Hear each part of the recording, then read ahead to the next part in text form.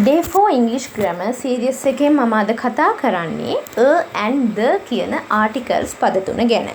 කෙටියෙන්ම කිව්වොත් and අපි use කරන්නේ non-specific things වලට, ඒ වගේම singular වට.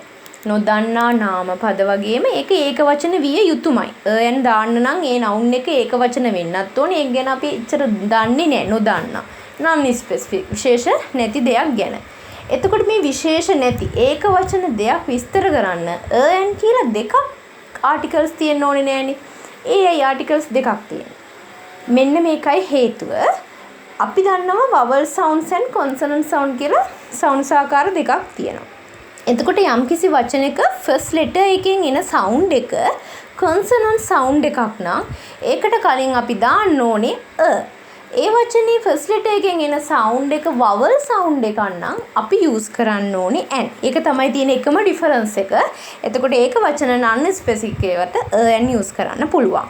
අපි the use කරන්නේ specific විශේෂිත අපි දන්නා නාම පදත් එක්ක තමයි the use කරන්නේ. හැබැයි the කියන article එක අපිට ඒක වචනදී use කරන්නත් පුළුවන්, බහු වචනදී use කරන්නත් පුළුවන්. මෙතන තියෙන examples වල ගත්තහම පළවෙනි එක තියෙන dog barked, an elephant is big, the sun is bright. මේ example එක ගැන කතා කරොත් අපිට කවදාවත් sun එකට කලින් moon එකට කලින් ඒ වගේ නාම පදත් එක්ක and use කරන්න කොහෙත්ම බෑ.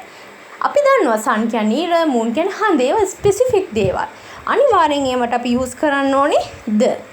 ඒ වගේම දැන් අපි යම් කිසි දෙයක් ගැන මුල්ම වතාවට කතා කරද්දී එතකොට use කරන්නේ හරි and හරි.